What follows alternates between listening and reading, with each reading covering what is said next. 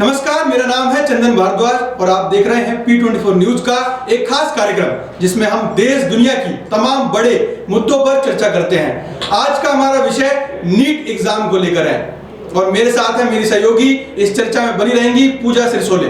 दरअसल नीट 2024 में 24 लाख से ज्यादा स्टूडेंट्स ने इसका जो है रजिस्ट्रेशन कराया था और इसके बाद 23 लाख से भी ज्यादा स्टूडेंट्स ने इसकी एग्जाम दी थी।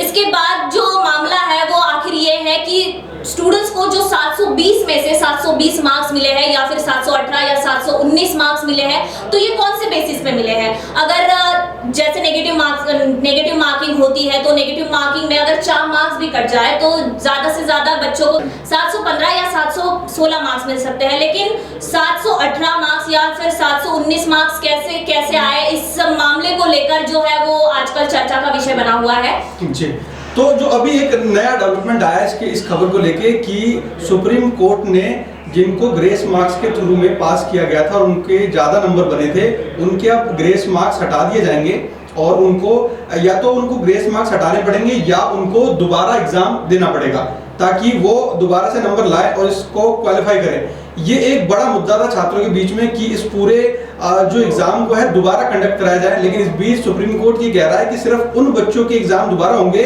जिन्हें ग्रेस मार्क्स मिले हैं और इनकी संख्या तकरीबन 700 के करीब है।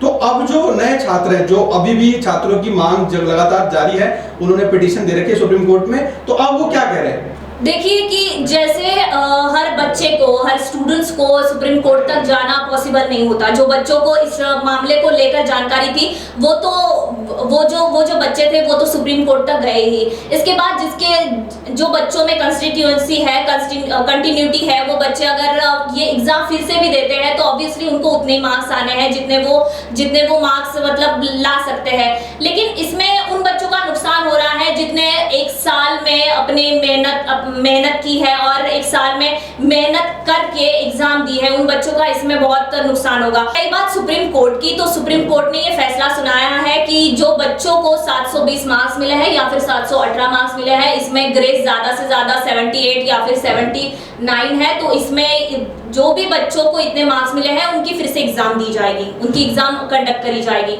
जी पूजा, ये तो मामला था national eligibility cum entrance exam यानी कि नीट। ये जो मामला है वो नीट से जुड़ा हुआ है, लेकिन हमारे देश में आए दिन ये खबरें सुनने को मिलती है तमाम न्यूज चैनलों में, बड़े चैनलों में और अखबारों में तमाम कि आज फलाना जगह पे एग्जाम लीक हो गया, वहां पे फलाना जगह पे एग्जाम कैंसिल हो गया।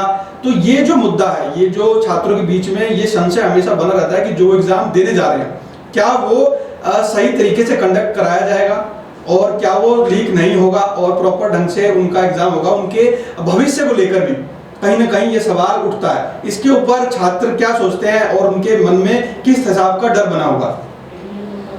जी देखिए कि ये जो मामला है, ये जो बताया जा रहा है कि ये जगह पे ये पेपर लीक हुआ है या फिर यहाँ से ये पेपर 30 या 50 लाख में बेचा गया है, तो इसके जो पुख्ता सबूत है वो अब तक नहीं मिल पाए हैं। और जो ग्रेस मार्क्स वाले जो बच्चे हैं वो 1563 बच्चे हैं जिनकी एग्जाम जो है वो कंडक्ट की ही जाएगी। और अगर ये फैसला कैंसिल भी होता है, रद्द भी किया जाता है, तो बच्चों के जो मार्क्स है, ग्रेस को छोड़ के जो मार्क्स है वो वैसे ही रखे जाएंगे। जी पूजा, तो एक जो बड़ा सवाल इसके अंदर जब रिजल्ट आया तो हो हल्ला इसको लेकर मचा कि जहां पिछले जो 2 साल के एग्जाम हुए, जैसे 2023 देख लीजिए, 2022 देख लीजिए, 2023 के अंदर 2 छात्रों ने नीट एग्जाम टॉप किया था, उनके पूरे मार्क्स आए थे 720 में से 720। लेकिन जो 2022 में एग्जाम हुए थे उसके अंदर जो 4 छात्र टॉप किए थे उनके 720 अंक नहीं बन पाए थे। लेकिन इस बार आप देखेंगी तो 67 छात्रों ने 720 में से 720 मार्क्स लेके टॉप किया है। तो ये एक बहुत बड़ा सवाल बना था और इसी को लेके लोग प्रदर्शन कर रहे थे। इसके पे क्या कहना। जैसे कि सबको पता है कि 5 मई को एग्जाम कंडक्ट हुई थी, उसके बाद जो रिजल्ट है वो उसके नतीजे जो है वो 14 जून को आने वाले थे, लेकिन 10 दिन पहले ही 4 जून को ही इसका रिजल्ट आ गया, उसका परिणाम जो है वो बताया गया।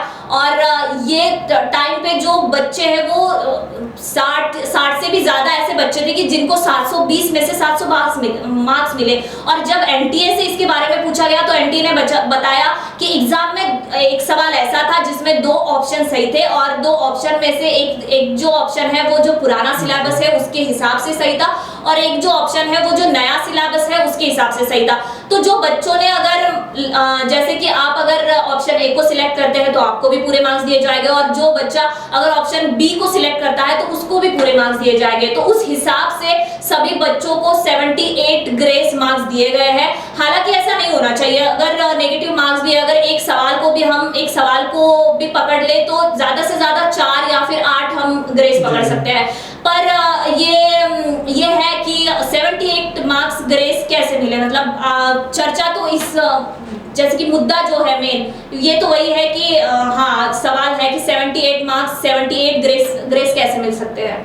जी बिल्कुल, ये एक बड़ा सवाल है कि 67 जो स्टूडेंट है उन्होंने इस बार 720 में से 720 अंक प्राप्त किए हैं और देश भर में टॉप किया है। लेकिन ये एक बहुत बड़ा सवाल था कि इतने ज्यादा संख्या में छात्र कैसे टॉप कर सकते हैं और इतना बड़े लेवल का एग्जाम होता है। पिछले भी सालों में आपने देखा होगा कि 2023 में 2 छात्रों ने टॉप किया था, उससे पहले जो एग्जाम हुआ था 2022 में उसके अंदर 4 छात्रों ने टॉप किया था, लेकिन इसके बावजूद उनके 720 अंक नहीं बने थे। जो 2022 में एग्जाम कंडक्ट कराए गए थे उसके अंदर 720 अंक उनको नहीं मिले थे, लेकिन इस बार 720 अंकों के साथ 67 जो छात्र है उन्होंने टॉप किया। तो कहीं ना कहीं एक बड़ा सवाल बनता हुआ दिखाई दे रहा है। और इसी के साथ एक सवाल ये भी है कि जो रिजल्ट 14 जून को आने वाला था वो रिजल्ट 4 जून को यानी कि 10 दिन पहले वो रिजल्ट जारी कर दिया गया। इसके पीछे एक कारण ये बताया जा रहा है कि 4 जून को देश भर में लोकसभा चुनाव के रिजल्ट आए। जो बड़े न्यूज चैनल, बड़े छोटे सभी न्यूज चैनल है, उन पे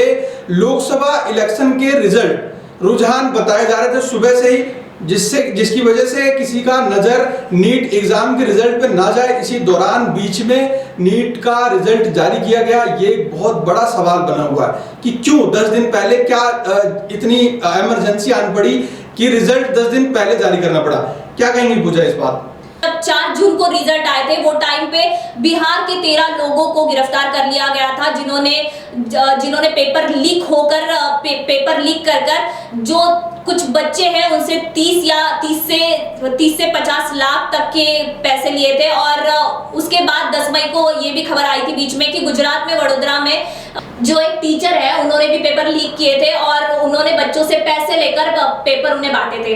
तो मेनली जो गुजरात और बिहार में पेपर लीक की समस्या सामने आई थी। और मैं एक चीज आपको और बताना चाहूंगा कि जो 6 छात्र है वो हरियाणा के झज्जर डिस्ट्रिक्ट में एक ही सेंटर से टॉप किया उन लोगों ने। ये भी एक बहुत बड़ा सवाल बना हुआ है हमारे बीच में और इसका जवाब हम तलाश रहे हैं। तमाम जो छात्र हैं वो भी इन सवालों को लेकर सुप्रीम कोर्ट गए।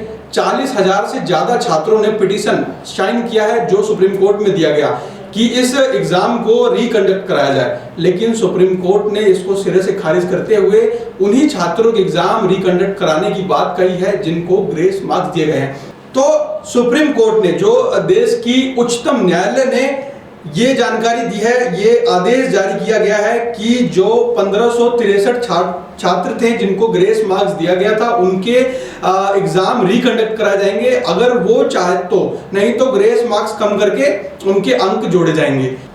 जी हाँ, फिलहाल एनटीए पर भी गंभीर सवाल उठ रहे हैं और ये भी आ रहा है कि बिहार में जो परीक्षा है उसमें बार बार पेपर लीक क्यों हो रहा है। तो इस पर जो है, हालांकि पेपर लीक होने के कई आरोप है और इस पे जो शिक्षा मंत्री है धर्मेंद्र प्रधान, उन्होंने इस पर खारिज करते हुए एक प्लेटफॉर्म एक्स पर एक भी किया था, एक ट्वीट भी किया था, एक पोस्ट किया था कि नीट परीक्षा में किसी प्रकार की धांधली, भ्रष्टाचार या फिर पेपर लीक का कोई पुख्ता सबूत नहीं है और अभी तक मामला भी सामने नहीं आया है। इससे संबंधित सारे तथ्य जो है वो सुप्रीम कोर्ट के सामने है और विचाराधीन है। उन्होंने ये भी कहा कि नीट परीक्षा मामले में एनटीए माननीय सुप्रीम कोर्ट के निर्देशों का पालन करते हुए उचित कार्यवाही करने को वो कटिबद्ध है।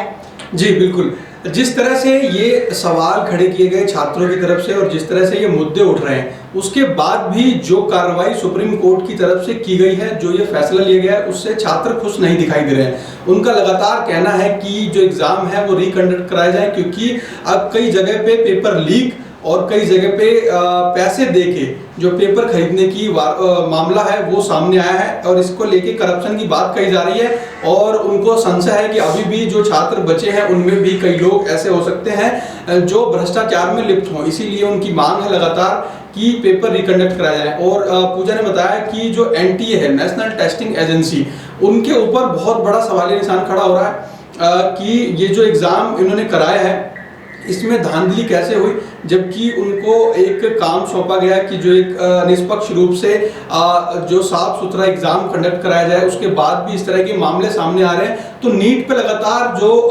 सवालिया निशान हैं वो खड़े हैं। और मैं एक बात और कहना चाहूँगा, इन्होंने मान लिया है कि जो 1563 जो 63 छात्र हैं उनको ग्रेस मार्क्स दिए गए हैं। उन्होंने ये भी बताया कि किस बेस पे ग्रेस मार्क्स दिए गए हैं। मैं आपको बताऊंगा कि जो 67 स्टूडेंट है जिन्होंने टॉप किया है, 720 में से 720 अंक प्राप्त किए, उनमें से जो 50 टॉपर हैं उनको ग्रेस मार्क्स दिए गए, जिनमें से 44 को ऑप्शन की टेक्निकलिटी की वजह से ग्रेस मार्क्स दिया गया, और उनमें से जो 6 हैं उनको टाइम के बेस पे उनको ग्रेस मार्क्स दिया गया है, और उन्होंने ये बात मानी है। तो और ये बात बताया गया है कि इन बेसिस पे ये इनको दिया गया है, लेकिन फिर भी अभी भी जांच का विषय लगातार बना हुआ है, क्योंकि कई छात्रों के 718 अंक बने हैं, जबकि पेपर का जो नियम है उसके तहत 4 अंक मिलते हैं एक क्वेश्चन सही होने पे, और 1 अंक कटते हैं अगर एक क्वेश्चन गलत होता है।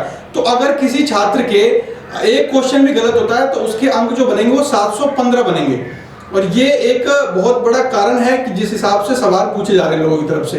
जी हाँ, आखिर में सवाल ये भी उठता है कि जो 23 लाख से भी ज्यादा स्टूडेंट्स थे कि उन्होंने जो साल भर में मेहनत की है, उनकी मेहनत का क्या जिन्हें ग्रेस मार्क्स दिए गए हैं उनके क्या ग्रेस मार्क्स वापस लिए जाएंगे?